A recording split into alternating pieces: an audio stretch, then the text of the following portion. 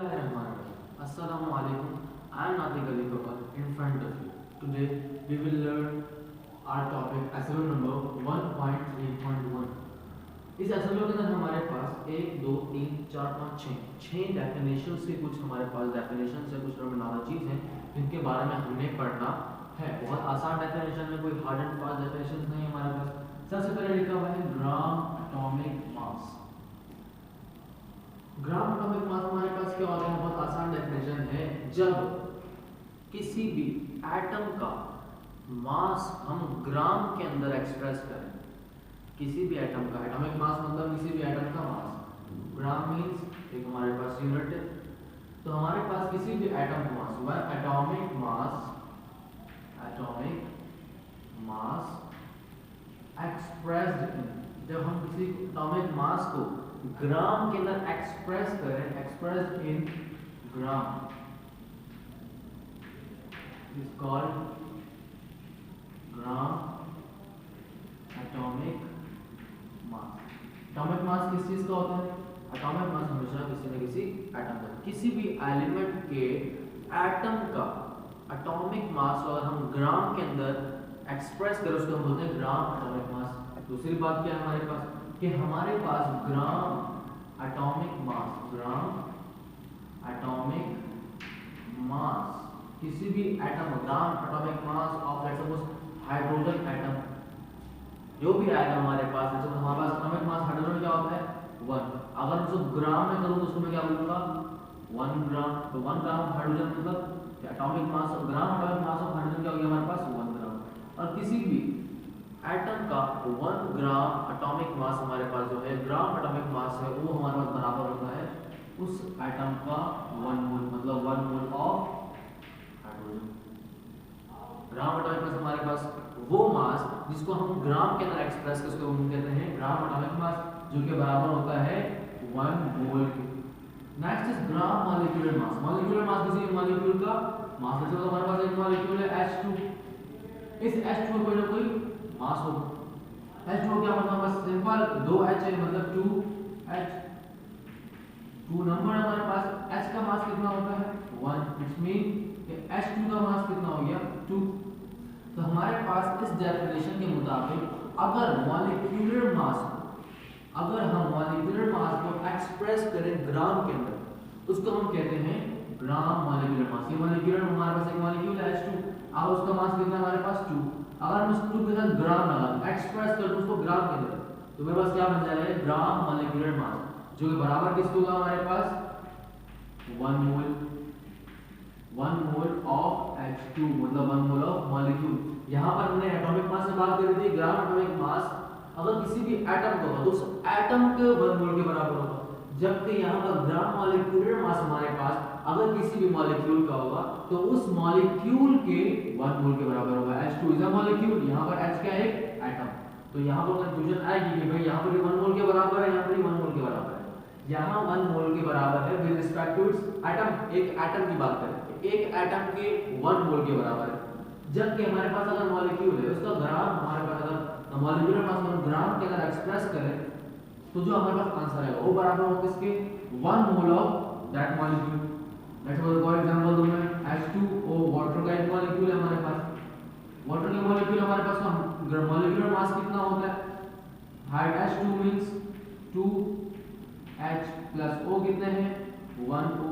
अगर मैं values put करूं उसके अंदर तो 2H की जगह H का मास होता है एटॉमिक मास होता है 1 प्लस 1O का एटॉमिक होता है 16, अगर प्लस करूं 2 1 जा 2 प्लस 1 16 जा 16, 2 प्लस 1 2 प्लस 16 18 क्या आ गया मेरे पास इसका मॉलिक्यूलर मास है, 18 क्या आ गया मेरे पास इसका मॉलिक्यूलर मास।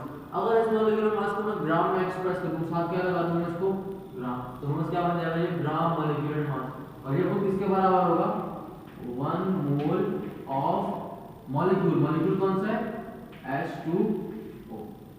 बात clear. Next one is formula unit. Formula unit हमारे पास क्या होता है, हमारे पास वो आयोनिक कंपाउंड्स जो कि 3D क्रिस्टल सॉल्ट्स बनाते हैं। कैसे हमारे पास कौन कौन से होते हैं सॉल्ट, इसको हम टेबल सॉल्ट भी कहते हैं, जैसे कि नमक, इसको हम उर्दू में क्या कहते हैं नमक। या उसके अलावा हमारे पास चूना जिसको हम बोलते हैं लाइम स्टोन। ये हमारे इसके अलावा बहुत सारे हमारे पास होते हैं आयनिक कंपाउंड्स जो हमारे पास 3D सॉलिड स्ट्रक्चर बनाते हैं, सॉलिड क्रिस्टल्स बनाते हैं। तो हमारे पास इन आयनिक कंपाउंड्स को जो हमारे पास 3D सॉलिड क्रिस्टल्स बनाते हैं उनको हम रिप्रेजेंट करते हैं एक यूनिट के साथ, एक फार्मूला यूनिट के जरिए, उसका बोलते हैं formula unit. Let's suppose example दूं, टेबल सॉल्ट हमारे पास एक आयनिक कंपाउंड है जो कि 3D क्रिस्टल बनाता है हमारे पास। क्रिस्टल्स मींस एक हमारे पास हार्ड सॉलिड बनता है। अगर आप देखें तो पहाड़ों के अंदर से हमारे पास नमक निकाला जाता है, ठीक है। तो हमारा अगर कभी आप जाकर आपका विजिट हो पंजाब साइड पे, वहां पर हमारे पास पहाड़ होते हैं नमक वाले, वहां से अगर आप नमक निकालें तो हमारे पास वो पाउडर फॉर्म में नहीं होता, वो हमारे पास क्रिस्टल फॉर्म में होता है, पत्थर की फॉर्म में होता है, इनर क्रिस्टल्स होते हैं। इसको हम फिर इंडस्ट्री में जाकर पाउडर करते। जबकि चूना देख लें तो चूना आपको वैसे भी दुकान में मिल जाएगा जो हमारे पास पत्थर की फॉर्म में, क्रिस्टल की फॉर्म में होता है, पाउडर फॉर्म में चूना भी नहीं होता, उसको हम बाद में पाउडर बनाते हैं। तो हमारे पास आयनिक कंपाउंड्स जो क्रिस्टल फॉर्म में होते हैं उनको रिप्रेजेंट करने के लिए एक फार्मूला होता है, उसको हम बोलते हैं फार्मूला यूनिट। जिस तरीके से टेबल सॉल्ट, उसको रिप्रेजेंट करने के लिए एक फार्मूला है NaCl, जिसको हम बोलते हैं सोडियम क्लोराइड। लाइमस्टोन जैसे कि हमने बात की, उसको रिप्रेजेंट करने के लिए एक फार्मूला यूनिट है, एक फार्मूला हमारे पास, उसका नाम है CaCO3, जिसको हम अगर कहें तो calcium carbonate, sodium chloride and calcium carbonate. ये हमारे पास क्या कहलाते हैं? Formula unit.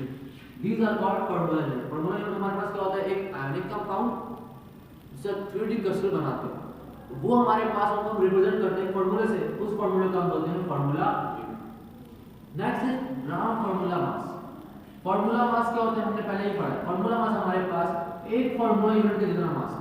ये एक फार्मूला यूनिट है, ये भी एक फार्मूला यूनिट है। एक फार्मूला यूनिट के जितना ही मास होता है उसको हम बोलते हैं फार्मूला मास। लेट्स सपोज मेरे पास NaCl, इसका कितना मास होगा? Na का मास कितना है? 1, मतलब Na कितना है? 1 है, तो 1 Na प्लस Cl कितने? वो भी 1 है। अगर मैं इसको सॉल्व करूं तो 1 Na का मास होता है 23 प्लस 1 Cl का मास होता है 35.5 प्लस करूं तो यहाँ पर 123 है, 23 प्लस 135.5 द 35.5, फर्दर प्लस करूं तो यहाँ आएगा 58.5। ये हमारे पास क्या है? एक फार्मूला मास, इसका NaCl, सोडियम क्लोराइड का, जो कि एक आयनिक कंपाउंड है। अब मेरे पास क्या आंसर है इसका? 58.5। और इस 58.5 जब मैं ग्राम लगा दूं तो मेरे पास क्या बन जाएगा? ये ग्राम फार्मूला मास। एक फार्मूला मास किसी भी चीज का फार्मूला का, किसी फार्मूला यूनिट का मास, अगर मैं उसके साथ ग्राम लगा दूं क्या बन जाएगा मेरे पास? Formula mass. सेम बात ऊपर वाली, वही फार्मूला मास मेरे बराबर होगा इसके 1 mole of formula unit. Formula unit क्या है मेरे पास? 1 मोल ऑफ NaCl। NaCl क्या है? फार्मूला यूनिट है। यहां पर हमने बात करी 1 मोल ऑफ एक एटम, हाइड्रोजन के एटम की। यहां पर मैंने बात करा 1 मोल ऑफ हाइड्रोजन मॉलिक्यूल, यहां पर 1 मोल ऑफ वाटर मॉलिक्यूल। यहां पर हमारे पास क्या है? एक फार्मूला यूनिट है। इस फार्मूला यूनिट का NaCl 1 mole of this formula unit, not this molecule, not this atom, इसका एक एटम का नहीं, इस पूरे फार्मूला यूनिट का 1 मोल इसके बराबर होगा 58.5 ग्राम के बराबर। Next is mole. मोल क्या होता है हमारे पास? बेसिकली मोल को अगर आप डिस्क्राइब करें हमारे पास, जगह यहाँ पर हमने मोल लिखा हुआ है, यहाँ पर मोल लिखा हुआ है, यहाँ पर मोल लिखा है, यहाँ पर मोल बेसिकली हमारे पास ये होता है कि कितना मास ऑफ सब्सटेंस हमारे पास मौजूद है, कितना मास ऑफ सब्सटेंस हमारे पास मौजूद है with respect to its molar mass. इसके मॉलिक्यूलर मास के हिसाब से, या इसके फार्मूला मास के हिसाब से, या इसके एटॉमिक मास के हिसाब से हमारे पास उस चीज का कितना मास मौजूद है। लेट्स सपोज अगर मैं एग्जांपल दूं हाइड्रोजन, हाइड्रोजन एक एटम है, ठीक है, इसके एटॉमिक मास कितना था? 1। इस एटॉमिक मास के हिसाब से आपके पास जो आप एक्सपेरिमेंट कर रहे हैं या कोई कैलकुलेशन कर रहे हैं उसके अंदर आपने कितना मास हाइड्रोजन यूज किया, इस चीज के कंपैरिजन को आप बोलेंगे मोल। बात करें मॉलिक्यूल की तो एक मॉलिक्यूल है वाटर का, इस वाटर का मॉलिक्यूल का हमारे पास मॉलिक्यूलर मास कितना होता है? 18। इस 18 मॉलिक्यूलर मास को कंपेयर करें इसके साथ कि आप कितना मॉलिक्यूल यूज करें, कितना मॉलिक्यूलर मास हमारे पास, कितना मास ऑफ वाटर यूज करें अपने एक्सपेरिमेंट्स के लिए, कोई कैलकुलेशन के लिए हमारे पास जो यूज करें। तो बेसिकली हमारे पास क्या होता है? मोल मोल इज द रेशियो, ये बेसिकली एक रेशियो होता है बिटवीन गिवन मास, किसी भी चीज का जो मास हमें दिया हुआ होता है, गिवन मास ऑफ सब्सटेंस, किसी भी चीज का जो मास हमें दिया होता है, या नोन मास कहते हैं या गिवन मास कहते हैं, तो ratio between given mass of substance to molar mass of substance, to molar mass of substance. हर सब्सटेंस का मोलर मास फिक्स होता है, जबकि गिवन मास आप चेंज कर सकते हैं। इस तरीके से NaCl, इसका molar mass means formula mass कितना होगा 58.5 है, लेकिन गिवन मास तो कुछ भी हो सकता है कि मैं NaCl कितना यूज कर रहा हूं, कितना यूज कर रहा हूं, मैं लेट्स से मैं 5 ग्राम यूज कर रहा हूं, या मैं नेक्स्ट किसी और एग्जांपल में 10 ग्राम यूज कर रहा हूं, लेकिन फॉर्मूला मास या मोलर मास हमारे पास क्या होगा, इसका हमेशा सेम होता है। तो बेसिकली क्या होता है, mole is the ratio between given mass of substance to the molar mass of the substance. Next is हमारे पास अवोगाड्रो नंबर, अवोगाड्रोस नंबर। हमारे पास एक साइंटिस्ट थे जिनका नाम था अवोगाड्रो। उन्होंने एक बहुत जबरदस्त काम किया, क्योंकि हमारे पास एटम्स होते हैं बहुत छोटे, उसके अंदर बहुत सारे पार्टिकल होते हैं, किसी भी कंपाउंड या किसी भी चीज के अंदर हमारे पास बहुत सारे पार्टिकल्स होते हैं। तो इन पार्टिकल्स को काउंट करना बहुत मुश्किल होता है, क्योंकि वो बहुत ही छोटे होते हैं, ना वो हमें आंखों से नजर आ सकते हैं, ना वो हमें माइक्रोस्कोप, लाइट माइक्रोस्कोप से नजर आ सकते हैं, इलेक्ट्रॉन माइक्रोस्कोप से उनकी बीम नजर आती है, लेकिन वो खुद नजर नहीं आती। तो इसलिए हमारे पास उन्होंने कैलकुलेट करके कुछ वैल्यूज दे दी है, जिसको हम ये कहते हैं कि वो हमारे पास पार्टिकल्स की वैल्यू एक दे दी है। इस तरीके से हम बोलते हैं, उस वैल्यू को हम बोलते हैं 6.02 एक्सपोनेंट 23। इस वैल्यू देने का मकसद ये होता है कि हमारे पास किसी भी चीज के 1 मोल के अंदर, किसी भी चीज के 1 मोल के अंदर 6.02 एक्सपोनेंट 23 पार्टिकल्स होते हैं।